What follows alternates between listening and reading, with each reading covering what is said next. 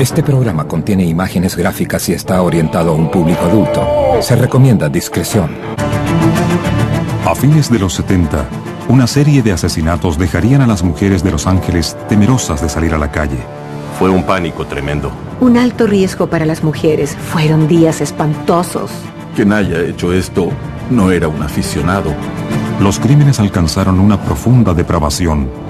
Fijó alambre eléctrico en la palma de sus manos y lo conectó a una toma de corriente para electrocutarla. En un desborde criminal que rompió todas las reglas. Casi todos los crímenes sexuales en serie tienen un solo autor. Circulan por ahí algunos sujetos que matan con impunidad. Y desconcertó a los expertos. Era un tipo agradable. Hey, Dean. How you doing? Que ocultaba a un asesino sádico. You know, I told you, killing abroad doesn't make any difference to me.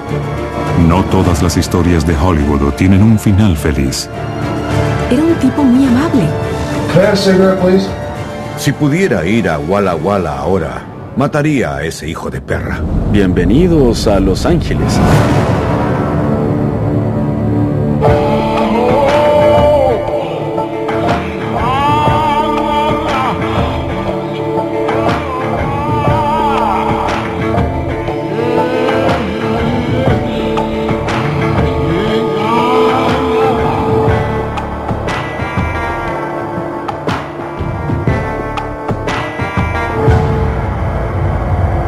Dementes.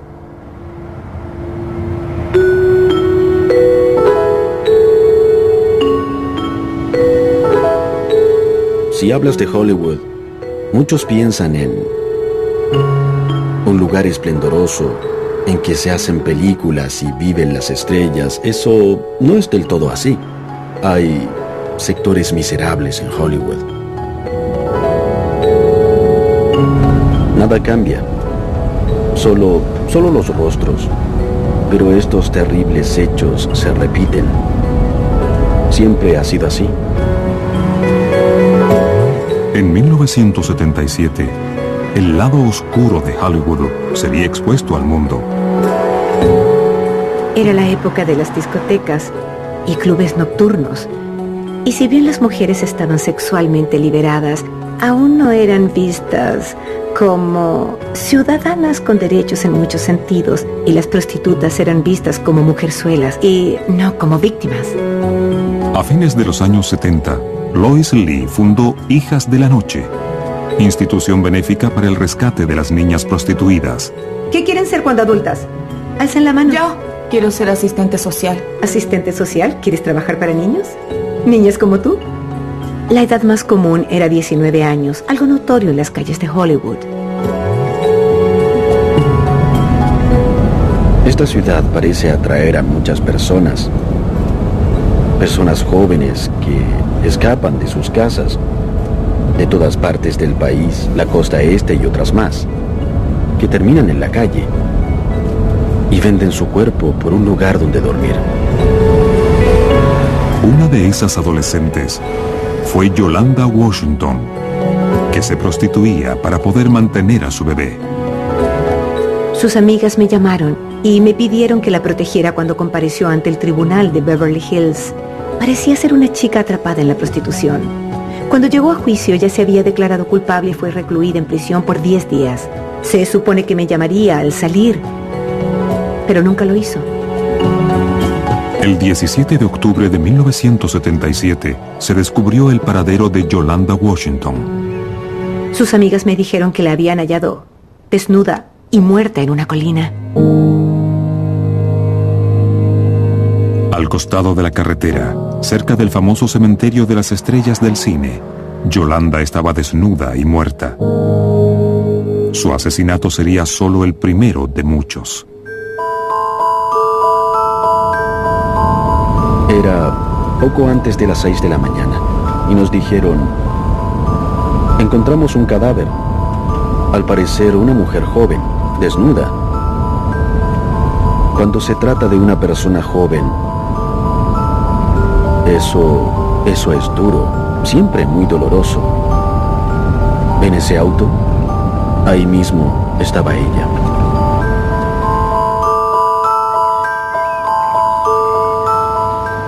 La encontraron sobre esas plantas, que llaman plantas de hielo, que están a un lado del camino. Estaba desnuda, boca arriba, con los pies apuntados hacia ese callejón. Tan pronto llegamos a la escena y vimos el cuerpo, no hubo duda de que fue un asesinato, porque había marcas en sus muñecas, en sus tobillos y también en su cuello. Parecía haber sido atada y luego estrangulada. Consideramos que era un crimen ocasional. No teníamos idea dónde nos llevaría o qué iba a suceder. Ignorábamos que era el comienzo de una serie de asesinatos. Finalmente, la identificación indicó que era Judy Miller, de 15 años, quien también había desaparecido de las calles de Hollywood. El cuerpo aún estaba en la unidad de medicina forense cuando recibimos el aviso del hallazgo de otro cadáver desnudo de una mujer joven. Y esta vez en Glendale. Mi compañero y yo fuimos a la unidad forense, donde nos mostraron a la primera víctima y la pusieron al lado de la segunda, identificada como Elisa Castin, una junto a la otra.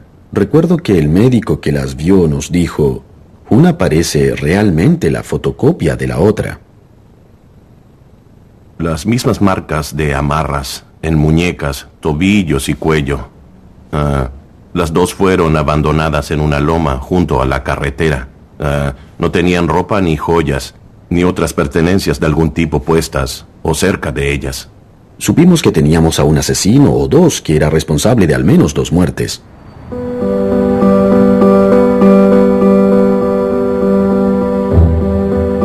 Y la cuenta estaba por aumentar. Fue un domingo. Creo que el 20 de noviembre de 1977.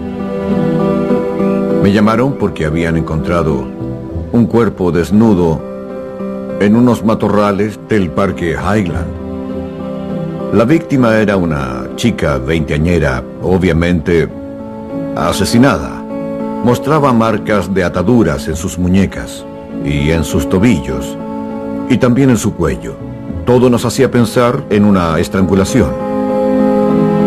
La joven asesinada era una estudiante de 20 años, Christina Weckler. Su padre viajó de Los Ángeles y yo lo atendí, y eso es quizás la parte más ingrata del trabajo en homicidios. Tener que sentarse a hablar con la madre y el padre de las víctimas. Tuve que decirle lo que había ocurrido con su hija. Fue un momento muy terrible para ese hombre. Su joven hija había sido estrangulada y asesinada sin ninguna razón. Christina vivía sola en un antiguo apartamento en la avenida Garfield Este de Glendale. Los detectives no tenían sospechosos aún. Yo seguí adelante con la investigación de sus antecedentes, sus compañeras de escuela, sus pretendientes, etc. Surgió un nombre en los inicios de la investigación. Y un sujeto con el nombre de Kenneth Bianchi fue mencionado. Y recuerdo que hallé ese nombre en una de sus libretas. Ella había escrito una observación sobre Kenneth Bianchi. Lo comparaba con un vendedor de autos usados. Christina Weckler conoció a Kenneth Bianchi cuando eran vecinos en un bloque de apartamentos de la avenida Garfield. Fue un encuentro que a ella le costó la vida.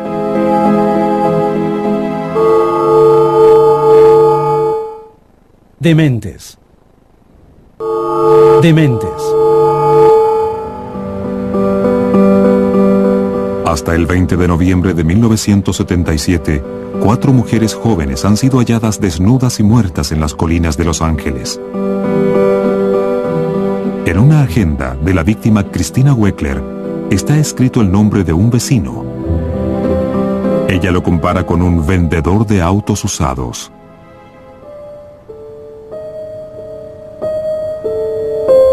Kenneth Alessio Bianchi había nacido el 22 de mayo de 1951 en Rochester, Nueva York. hijo de una prostituta.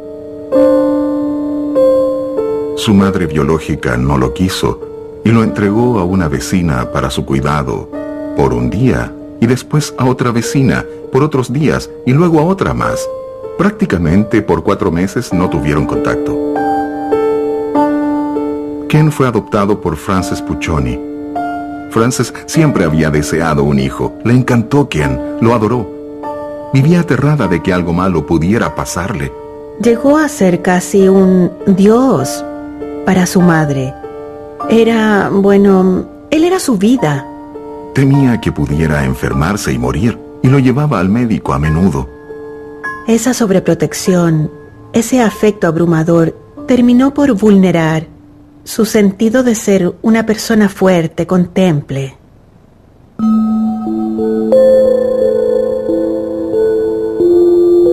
Su fijación eran las infecciones del tracto urinario, no sé por qué. Creo posible que al tratar al chico, ayudarlo y revisarlo, ella excedió los límites sin saber lo que hacía. Mucha gente piensa que una estimulación genital precoz, sea mediante abuso sexual o a través de terapia médica, sentará las bases para un mayor desarrollo de la sexualidad del niño. A través de todo su historial médico, hay anotaciones como: la señora Puccioni es una mujer aproblemada y necesita ayuda. Igual que el niño, alguien debe hacer algo sobre este niño. Numerosas personas se formaron la singular opinión de que él no tenía carácter ni sinceridad. La madre de Bianchi me dijo que él siempre mentía y que lo hacía desde que era niño. Contó que cuando él tenía unos 6 o 7 años e iban a una tienda o al supermercado, al volver a casa en el auto, caían artículos de los bolsillos de Bianchi, como dulces y galletas, por ejemplo. Ella obviamente le preguntaba: ¿de dónde sacaste eso? Porque no lo había pagado. Y Kenny decía no saber cómo había llegado eso a sus bolsillos. Muchas personas mienten cada día y muchas veces al día. Investigaciones demuestran que el 97% de la población admite que miente a diario. Y los analistas concluyen que el 3% miente sobre sus mentiras. Aquí el caso es que Bianchi, como otros individuos, es un mentiroso patológico. Ellos no dicen mentiras engañosas para exagerar su importancia o enmendar algo malo. Ellos mienten porque necesitan mentir. Para ellos, mentir es una forma de control y también de dominación. Como me dijo un criminal, ¿para qué decir la verdad y quedar mal yo? Mejor miento y que otros queden mal. En esos días, el nombre de Bianchi estaba archivado junto a centenares de pistas por investigar. Por eso, la muerte de 4 mujeres jóvenes pasó mayormente inadvertida en la ciudad. Pero todo eso iba a cambiar. Parecía una semana común, pero lo que agitó el ambiente fue la muerte de 2 jovencitas.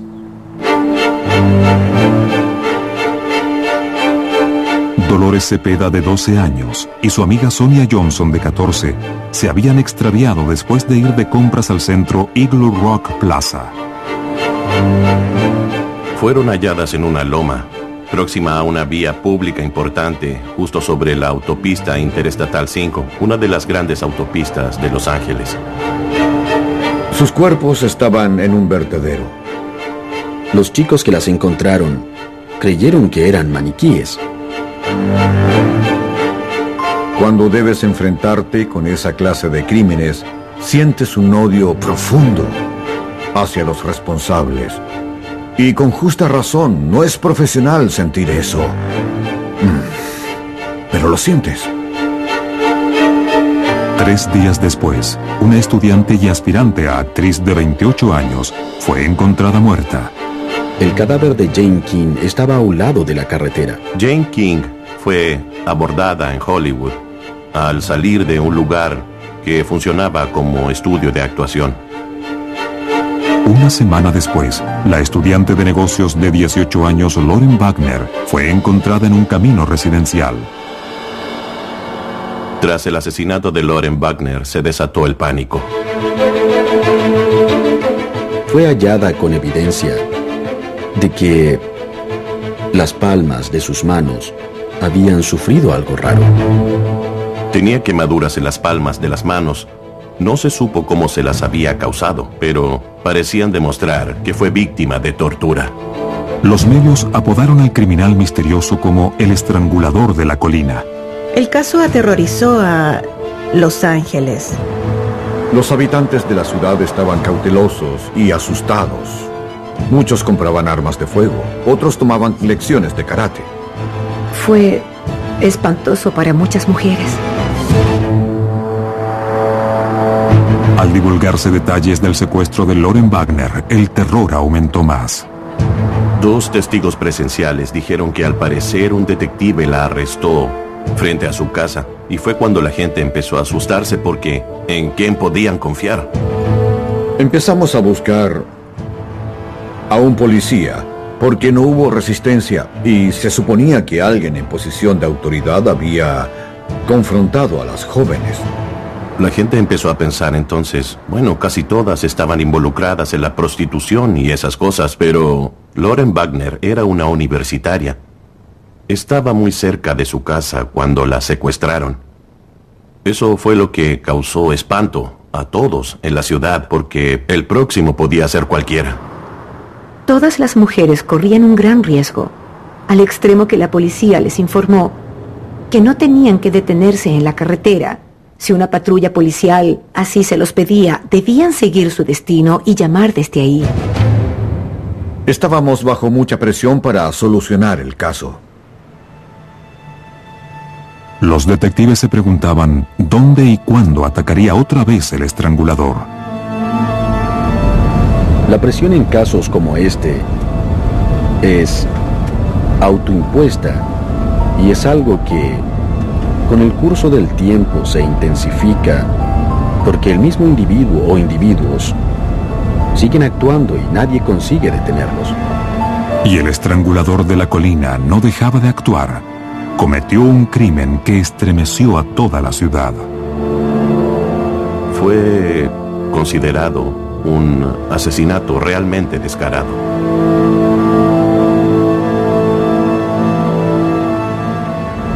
Bienvenidos a Los Ángeles.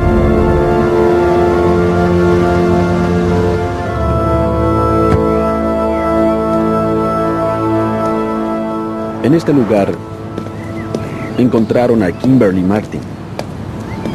El día del hallazgo, cuando llegamos ahí, no se podía caminar por esta calle. Había demasiados autos y demasiada gente.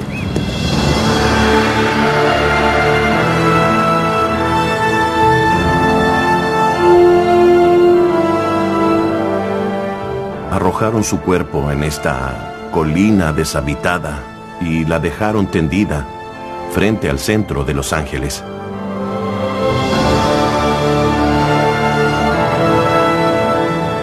Cuando llegué ahí y vi la escena, me pareció que el asesino buscaba difusión mediática por la forma en que habían dejado el cadáver. Inmediatamente me di cuenta de que eso era un mensaje diciendo: me llaman el estrangulador de la colina. Bueno, aquí tienen. Aquí hay una víctima en la colina para ustedes. Véanme, vean cómo he logrado eludirlos. Vean cómo les demuestro mi habilidad con mis homicidios. Y noten lo grande que soy. Eso es lo que piensa alguien al hacer algo así. El apodado estrangulador de la colina le ha quitado la vida a 9 mujeres jóvenes y está lejos de dejar de matar.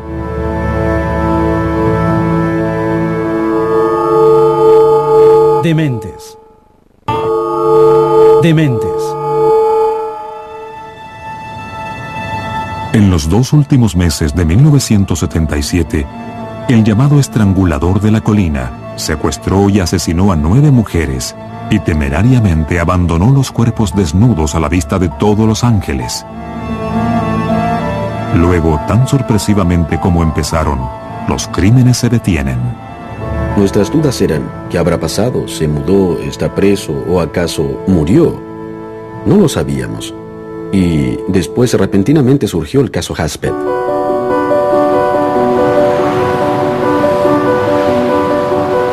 En lo alto de las montañas de Los Ángeles, el cuerpo desnudo de la telefonista de 20 años, Cindy Lee Hasped, se hallaba en el maletero de su auto, abandonado a un lado del camino.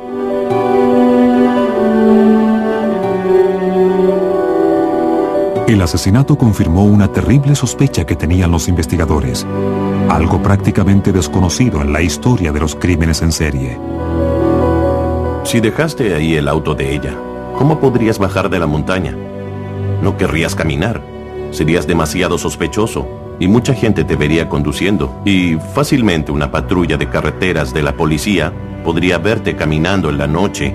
Eso es algo que nadie haría. No tiene sentido. Así que se deduce entonces que existió un segundo auto. El asesino no actuaba solo. La mayoría de los asesinatos sexuales en serie tiene solo un autor. Son actos privados porque el asesino no entiende su propia perversión, no comparte eso con nadie.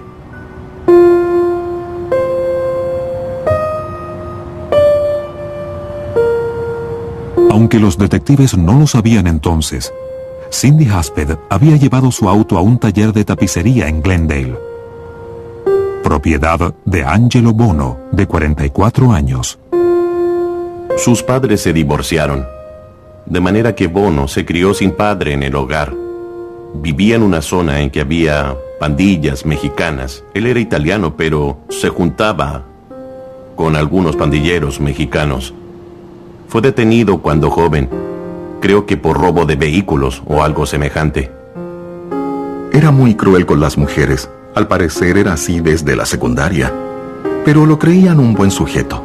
Revelaba un desprecio, casi un odio hacia las mujeres. Sabíamos que era sádico, que disfrutaba infligiendo dolor. Debía venir de su infancia, tenía que ser por algo que había visto o vivido y que le dio acceso a esas fantasías que quiso poder concretar al convertirse en un adulto. Pero debíamos verificarlo. Bono se casó a los 20 años, pero su violencia lo llevó a un divorcio. Siguieron otros 3 matrimonios fracasados. Como adulto trabajó en ocasiones en algunas distribuidoras de autos, probablemente mecánica y tapicería.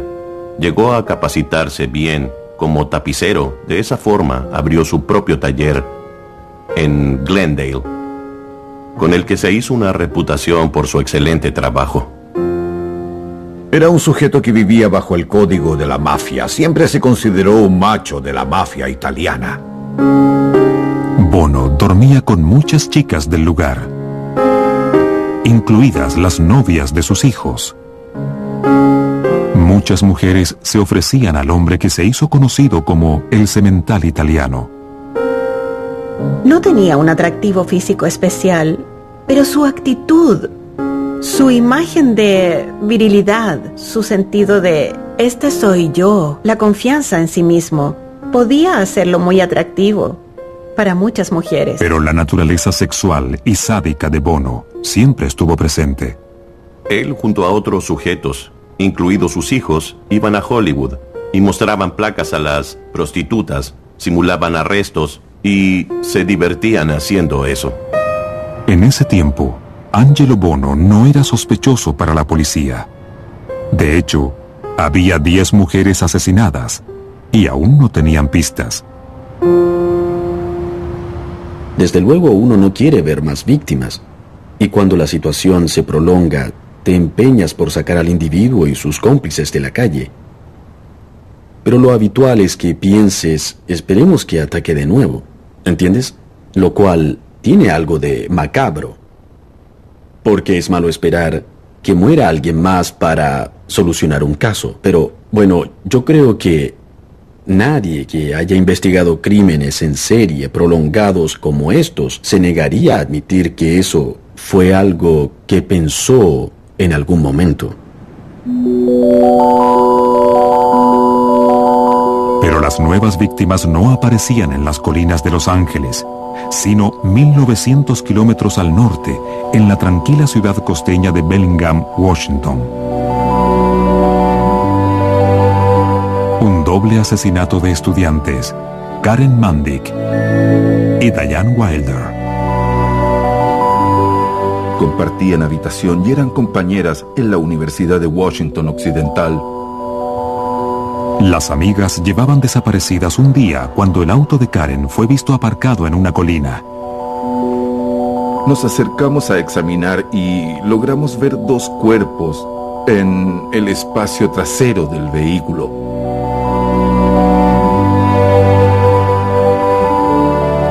Había dos mujeres estranguladas con cuerdas en forma muy limpia y se notaba que el responsable no era precisamente un aficionado. Las dos jóvenes habían sido contactadas por un capitán de patrulla de seguridad llamado Kenneth Bianchi, que trabajaba para Seguridad Whatcom. Recibimos una llamada de Bellingham, Washington. Dijeron, tenemos a un sujeto detenido. Su nombre es Kenneth Bianchi. There's lots of things you're telling me that don't really mesh with the total picture that we've accumulated so far. I want you to understand something, okay? Just between you and me and everybody else. And I'm not a doctor. I don't know why the heck I haven't remembered things all this time. La licencia de guardia de seguridad indicaba direcciones anteriores en Los Ángeles. Sabíamos que había residido en esa área durante el tiempo de actividad del estrangulador de la colina en Los Ángeles y que había cesado en los días en que llegó a Bellingham. Tenía una dirección en Glendale, en Garfield, justo al lado de Christina Weckler y justo enfrente del domicilio de Cindy Hatzpeth. Y eso era un vínculo que antes no teníamos. Con eso no quedó duda de que ahora sí teníamos a un sospechoso. Sin embargo, quienes conocían a Kenneth Bianchi creían que habían arrestado a un hombre inocente. Oh, gosh. Recuerdo que cuando supimos que Kenneth estaba detenido, lo hablamos entre los colegas y de verdad nadie podía creerlo. Era un tipo muy amable. It doesn't bother you if I smoke, does it? Can I have a cigarette, please? Una buena persona. Oh, thank you, John. The service, thank you. Fue impactante. Nadie podía creer que fuera cierto. Pensaban que muy pronto reconocerían tener al sujeto equivocado. ¿Sería posible que tanto el hombre equivocado como el hombre correcto habitaran el mismo cuerpo? Algo extraordinario está a punto de ocurrir. What is your name? Billy. All right, Billy. Aparentemente hipnotizado, Bianchi empieza a mostrar varias personalidades muy diferentes. Anybody else here to talk to? My friend. Who's that? Stevie. He's my second best buddy. Ese era Kenny, el hombre gentil, el tipo afectuoso. Easy there, Ken. The game we used to play when I was a kid, London Bridges, you know where where people stand with their arms crossed and somebody goes down. Yeah. Down the middle, it looks like that. Y después era un asesino sádico. Two broads getting it on. En esos días, si lograbas demostrar una enfermedad mental, eras libre. I'm really desperate. I think I'm losing my head, I told you, killing a broad doesn't make any difference to me. Killing anybody doesn't make any difference. Maybe you didn't kill any of those. I don't know. Oh, hey, no, wrong, man. Hey, I killed a couple of these. Billy, tell me, what do you know about Kent? I don't know, Ken. How about Steve? He's a bad egg. Varios médicos se convencieron de que Kenneth Bianchi tenía múltiple personalidad y que era completamente inconsciente de que su otro yo, Steve, fuera un asesino. This captain is the broad you killed, you say? Am I going too fast? Yeah, you're going too damn fast. I'm not that smart. Los detectives, sin embargo, no son tan fáciles de engañar. Me quedó muy claro que estábamos ante un actor terriblemente malo. Open your eyes and look at Mr. Brett. He wants to talk to you. Hey, Dean. How you doing? Bianchi era el típico vendedor de autos usados. Okay. Do you want to have the baby yet?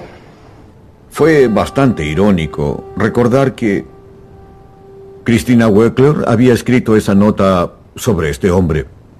Y tenía razón. Recurrimos a nuestro propio experto en múltiples personalidades, quien realizó una serie de entrevistas con Bianchi y llegó a la conclusión que el hombre fingía tener ese problema de personalidad. Bianchi de inmediato cambió su declaración al verse descubierto de no culpable a hagamos un trato. Fue cuando repentinamente recordó el nombre de Bono y lo contó todo. Kenneth Bianchi afirmó haber cometido todos los asesinatos del estrangulador de la colina con un socio, el tapicero de Glendale, Angelo Bono, de 44 años. Y hubo un giro impactante. Bono y Bianchi eran primos. Dementes. Dementes.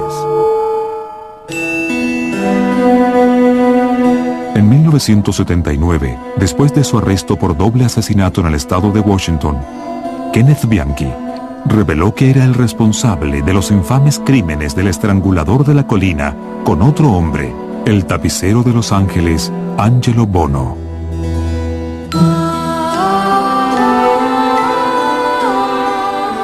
El padre de Bono era hermano de la madre adoptiva de Bianchi, por lo tanto, Bono y Bianchi eran primos. A cambio de eludir la sentencia de muerte, Bianchi ofreció contar la impactante historia de sus crímenes y los de Bono y testificar contra él.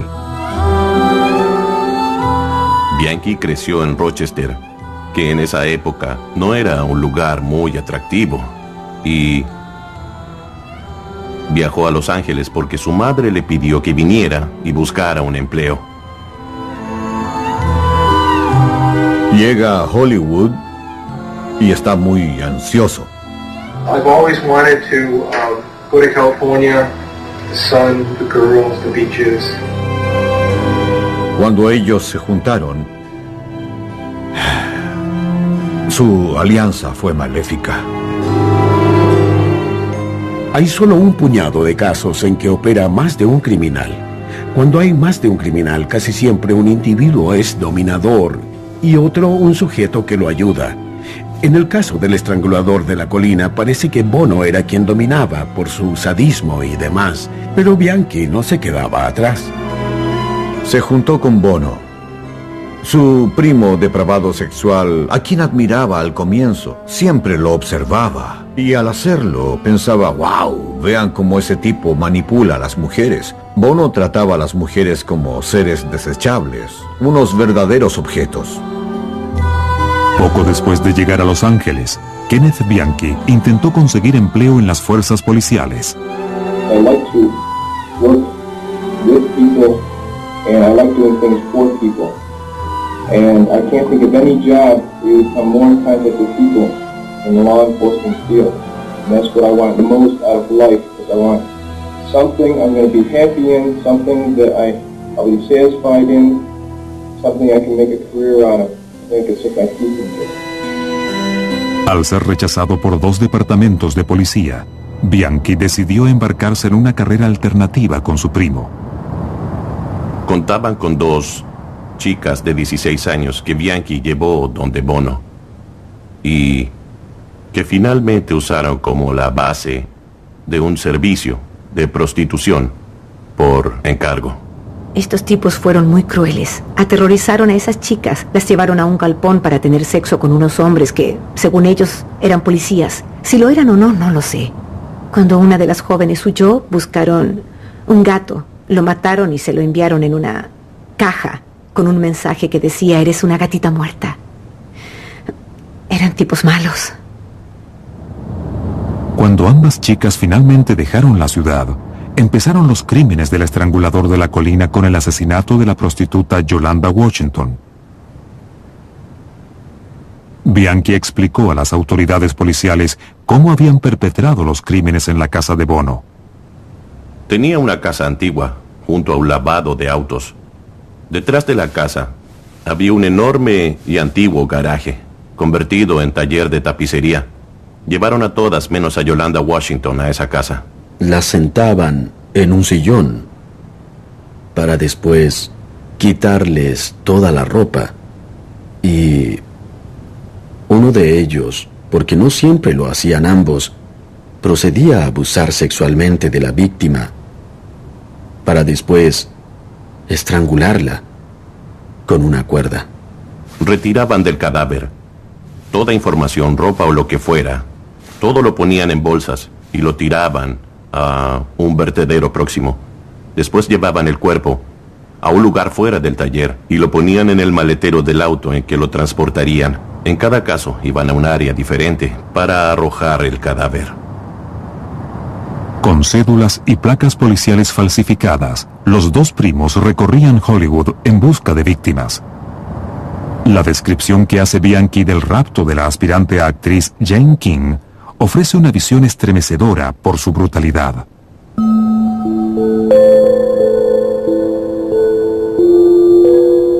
It's the usual cruising around Hollywood. Both of us at the same time spotted her at the bus stop. Angel said, "You see what I see?" And Angel smiled at me, and I knew he approved. He definitely wanted to take her to his house. Angel had his handcuffs and his ID on him, and I had ID on me. The ID wasn't used, but when we got to Angel's house, he stopped in the driveway, and he grabbed her one arm, and I saw him do that, and I grabbed her other arm. And she said, "What's going on? What are you doing?" She's getting scared, and she says, "Oh, let me go, don't hurt me." Very, very scared. He then put the handcuffs on her with her hands behind her back. Después de llevarla a la casa, Bono y Bianchi se turnaron para violarla. I said, "Now what?" And he says, "Now we gotta, do her in." He says, "Do you want to do it? You want me to do it?"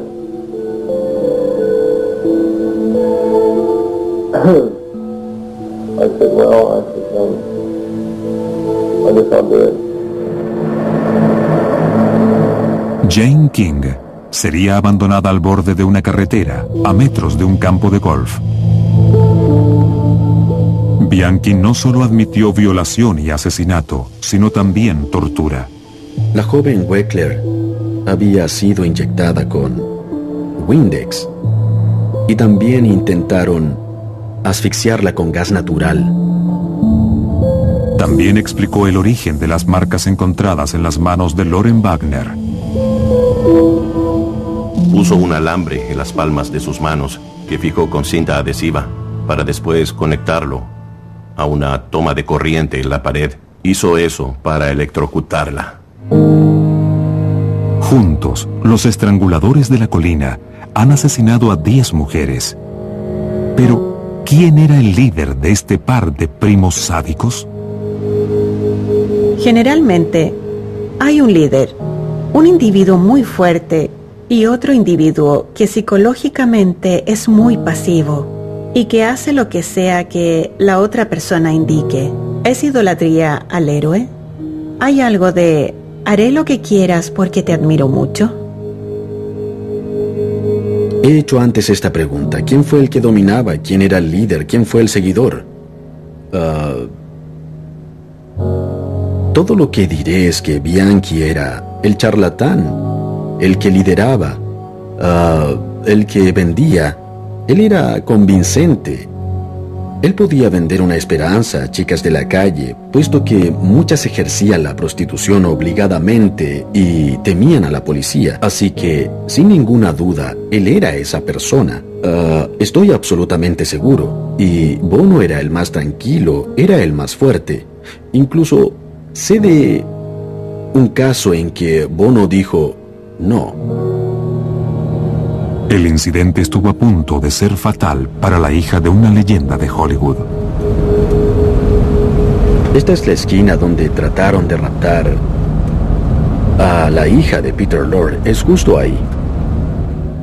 Peter Lorre, el padre de Catherine Lorre, fue una estrella en la época dorada de Hollywood. Sin saber quién era, los asesinos que fingían ser detectives intentaron secuestrar a la joven, hasta que ella mostró una identificación. Bono reconoció el riesgo y solo puedo suponer que notó que iba a llamar demasiado la atención si ella desaparecía y moría. La hija de Peter Lorre, Hollywood, bla bla bla. Entonces él, según Bianchi, dijo no. Eso revela que Bono dirigía las acciones y a fin de cuentas él decidía si algo se hacía o no. Pero, ¿qué llevó a Kenneth Bianchi y Angelo Bono a violar y torturar a una docena de jóvenes mujeres? ¿Acaso habían nacido para matar? No sé si respondían a cierta clase, porque no eran iguales, y tuvieron roles distintos en todo, pero juntos eran realmente algo horroroso. Sobre todo estaba ese sociópata, Angelo. Bono era un canalla, simplemente un indeseable. Bono era un pervertido sexual, con tendencias sádicas, perversas, que superaron todos los límites que existen. El sadismo sexual es una forma de excitación desviada. Muchos violadores cometen violaciones pese a tener relaciones normales con esposas o parejas. No es porque les falte sexo, es porque el dominio y la subyugación son la clave de su excitación sexual. Sin duda, ese es el caso de Bono.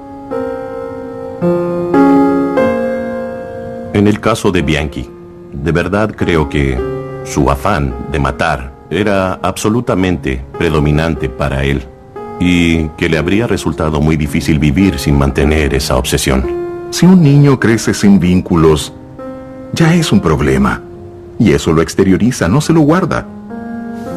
Se crea un asesino o un individuo que puede actuar sin la misma conciencia que nosotros. Eso es lo que ocurrió. En Bianchi pareció existir este sentido de tengo que matar. Mató a muchas personas en un periodo bastante corto. Y lo hizo de una forma increíblemente cruel y sádica.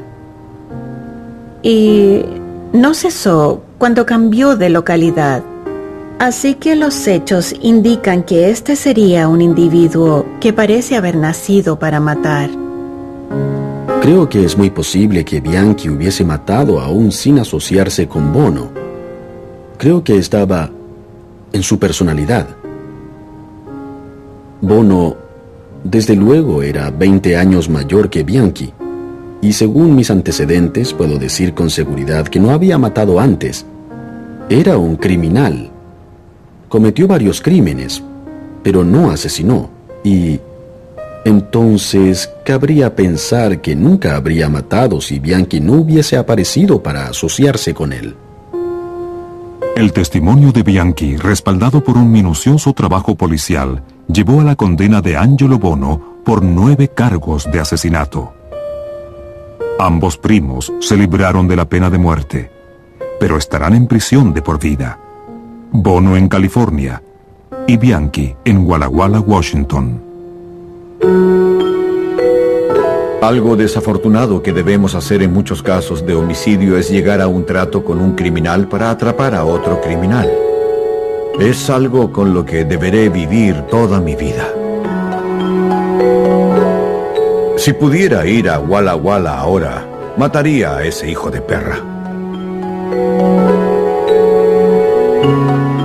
Es bastante tenebrosa la gente que vaga por Hollywood.